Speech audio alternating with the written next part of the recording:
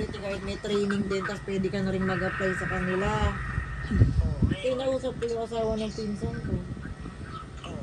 Pinagpasa ako ng resume. Sino yun?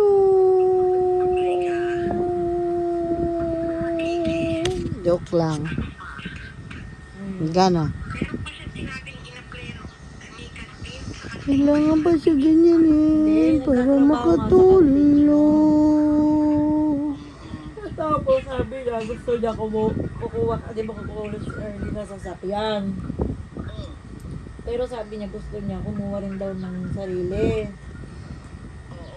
Kasi nga para pag uuwi siya wala siyang naiistorbo. Tapos ako daw maghuhulog. Sabi ko kung malaki naman yung kukunin yung sasakyan. Gusto, ang hirap hulugan nun gusto niya ban.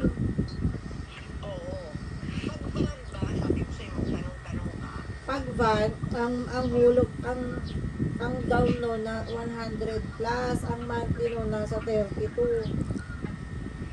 32 ba ang gusto niya? Oo. Ay, sinabi mo sa kanya?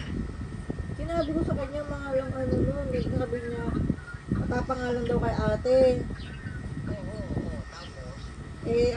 Tawag dito, tapos ako maghuhulog, kung gano'n kabigat yung hulog, ang hirap nun na 32,000, di ba?